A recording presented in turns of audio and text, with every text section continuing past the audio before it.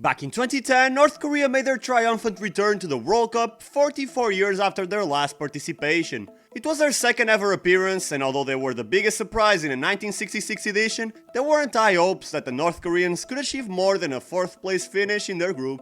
After all, they got thrown into the tournament's group of death with Brazil, Portugal and Ivory Coast. Still, they ended up performing well against Brazil, ultimately losing the match 2-1, but the brave Koreans put up a great fight and almost draw the match in stoppage time. So the government, impressed with their national team's performance, decided to go against their original plans of not broadcasting the matches due to their fear of being humiliated, to now airing their decisive match against Portugal in every North Korean household. Prior to the start of the World Cup, the nation's future leader Kim Jong-un endorsed the squad and put a lot of faith in the players, hoping that a good show in the World Cup would boost his reputation among the country's officials.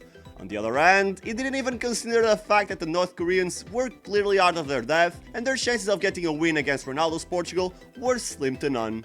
Still, for the first time in the country's history, their World Cup fixture against Portugal was aired live, and we all know what happened next. Portugal scored 7 past the North Koreans, effectively ending their World Cup dreams. Although scoring 7 goals in a World Cup match is impressive no matter the opponent, Portugal would not score again in the competition and would be eliminated by Spain in the round of 16. Or were they? Of course they were. Although this goal was clearly offside, Portugal were indeed eliminated and Spain would be crowned World Cup winners. But in North Korea, the story is different.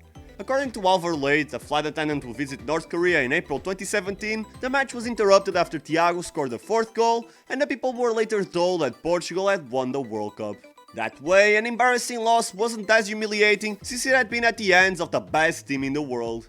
But wait, it gets worse. There are multiple reports that the entire squad, with the exception of Young Tae-se and Ang Yong-hak, who were based in Japan, was shamed in front of hundreds of other athletes, sports students and government officials for their poor efforts, and in the end, they were forced to insult and criticize their coach, Kim Jong-un, who was seen as the main culprit of the country's humiliation. You see, like I told you in the beginning, the nation's future leader had put his reputation on the line, and the squad's performance was seen as a betrayal to his trust. The coach became the scapegoat, and although not even Mourinho or Guardiola combined could get that team out of the group stage, the manager faced serious repercussions. So much so that he was expelled from the Workers' Party and forced to do hard labor as a punishment.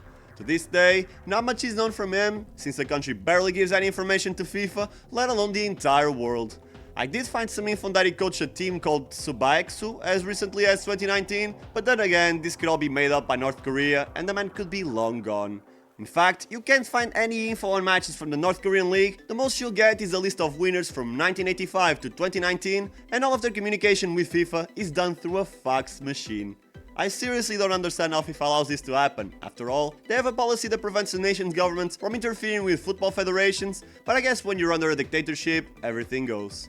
Unfortunately, the whole world isn't too kind with North Koreans either. In 2017, a promising North Korean player by the name of Han Kwang-song emerged and quickly took the world by storm. Many European giants like Man City and Liverpool were interested in signing him, but getting him a work permit was incredibly tough, and he ended up moving to Italy to play for Cagliari.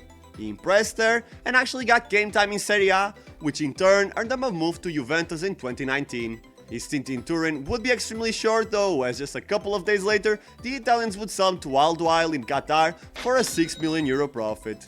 He continued playing his football there, impressing everyone with his dribbling ability and efficient heading despite his relatively short stature.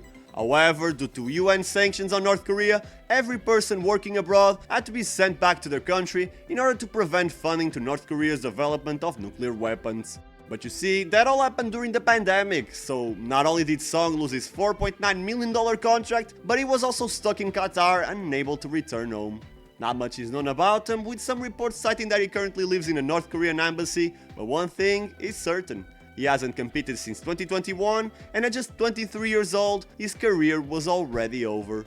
It's a shame that people have their lives ruined because of politics. At the end of the day, they're not just footballers, they're regular human beings like you and me, and due to some decisions that they have no control over, their careers got destroyed. Football needs to be used as a means to unite the people and not create more division and controversy. Politics, human rights campaigns, whatever the intention, shouldn't be mixed with football. After all, to many of us, this sport isn't just a simple game, it's a means to escape from the negativity from society.